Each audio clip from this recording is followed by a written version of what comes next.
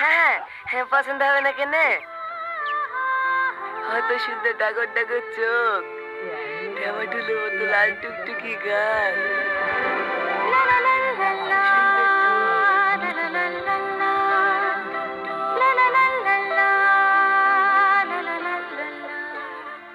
আমার খুব পছন্দ। এই হারামজাদা, তোর নজর এত খারাপ? মামাতে মনে হচ্ছে আর তোর চোখের সামনে ভার্সিটি করে রে।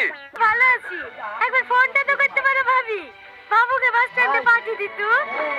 আরে না না, সব ঠিক আছে।